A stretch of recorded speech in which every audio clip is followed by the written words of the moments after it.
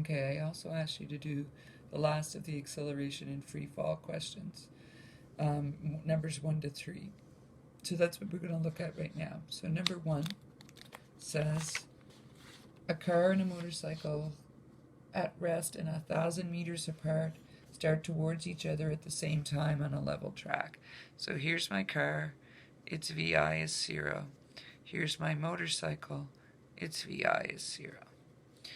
If the car accelerates at a uniform rate of 3.7 meters per second squared, and the motorcycle accelerates at a uniform rate of 4.4 meters per second squared.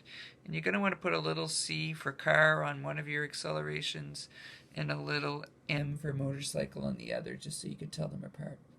At what position will they pass each other relative to the car's starting point? So they're going towards each other, so they're going to meet somewhere in here.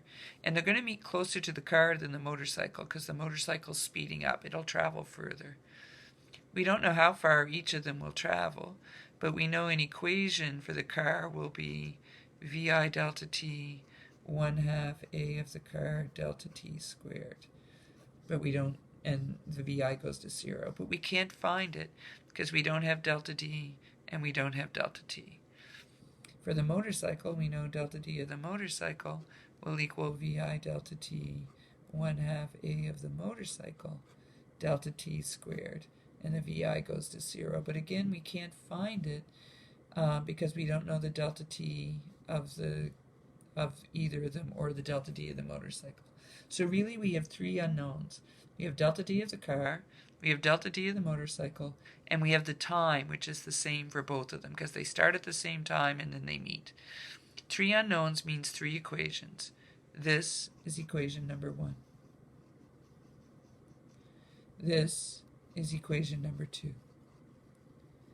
And the third equation is what connects delta d and delta d of the car with delta d of the motorcycle. Because delta d of the car plus delta d of the motorcycle has to add together to give me 1,000 meters. This is equation number 3. Okay, and so with these ones, the moving objects, you're usually always looking for expressions for the delta d, and then you're going to sub them in to the equation that connects the 2 delta d's. So where delta d of the car is, you're going to fill in 1/2 a of the car delta t squared. And where delta d of the motorcycle is, you're going to fill in 1/2 a of the motorcycle delta t squared. And that's going to be equal to 1,000.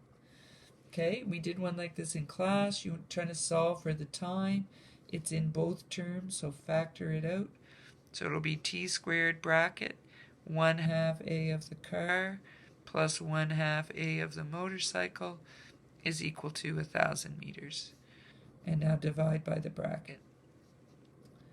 So 1,000 meters divided by 1/2 a of the car plus 1/2 a of the motorcycle. So 1,000 meters over 1/2, 3.7 meters per second squared, plus 1/2, 4.4 meters per second squared. Now when you're punching this in your calculator, be careful. The bottom all has to go in a bracket, okay?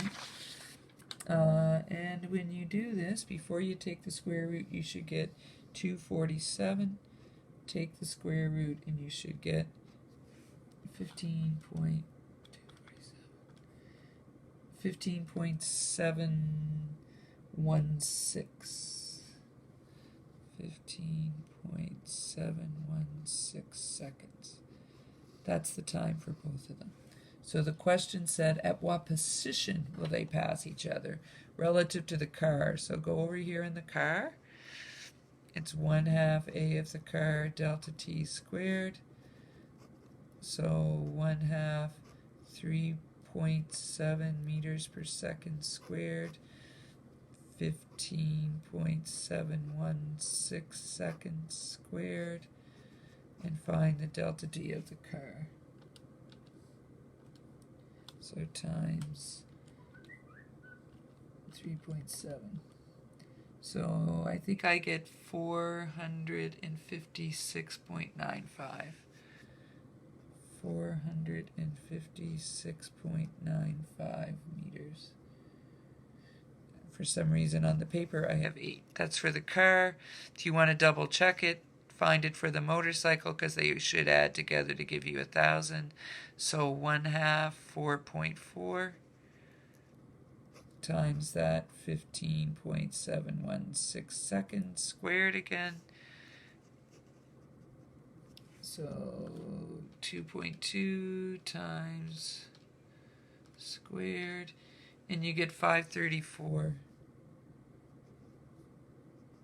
No, 543. Me and reading numbers. 43.4 meters. It doesn't quite add up, but it should add up to 1,000. It's pretty close, just a little bit off, so clearly rounded my numbers there somewhere. Okay, so that's number 1. Number 2. Number 2 is a car and a motorcycle again. They're both at rest on the same track, but the motorcycle is 25 meters behind the car. So here's our motorcycle. Oops, it's supposed to be our car, just developed and this distance in here is 25 meters. So it says they start from rest. So VI is 0. VI is 0.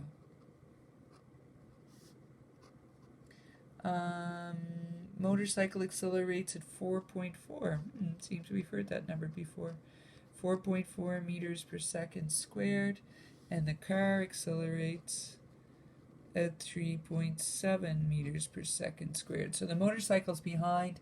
He's eventually going to catch up, but not easily because the car is speeding up. So the car is going to move some distance, delta D of the car. When the motorcycle catches up, it's moved this whole distance, delta D of the motorcycle. 3 equations again, because again the delta T's are going to be the same. Delta D of the car again will be VI delta T. 1/2 A delta T squared. This will go to 0. Sorry, this is the motorcycle side. So an M. Delta D of the car. VI delta T. 1/2 A of the car. Delta T squared. This goes to 0. How are their delta D's connected this time? Look at the picture. The most common mistake is when people don't draw the pictures. But if you look at the picture, you can see that delta D of the motorcycle, this whole length, is equal to delta D of the car plus 25 meters. People always want to add the 25 on the one behind because they think he's behind. But you have to add it on the one in front to make it equal the one behind because buddy behind has to go 25 more meters than the one in front. Okay, so 3 equations again. 1, 2, 3. And just like the last time, where the motorcycle is, we're going to fill in that. Where the car is, we're going to fill in this. So we're going to have 1/2 A of the motorcycle, delta T squared, is equal to 1/2 A of the car, delta T squared, plus 25 meters. So take your 1/2 A of the car over 1/2 A of the car, delta T squared, that is. So minus A of the car, delta T squared, equals 25 meters. Factor out your delta T squared. So 1/2 A of the motorcycle minus, this time, 1/2 A of the car is equal to 25 meters, and then divide by the bracket. So T squared will equal 25 meters over 1/2 A of the motorcycle minus 1/2 A of the car. Now, if you had wanted to multiply by 2, you could have. So if you did that, it would be 50 on the top, and on the bottom, motorcycle was 4.4 meters per second squared minus 3.7 meters per second squared. Same thing as having 25 on the top and taking half of the bottom. Remember, that's going to be T squared, and you're going to need to take the square root. So 50 divided by 3.7. And then take the square root. And when you do, I get 8.452. 8.452 seconds. So the question says how much time. So this is part A. Part B says how far will each have traveled. So to find that, we go back up here. Delta D of the motorcycle then is 1/2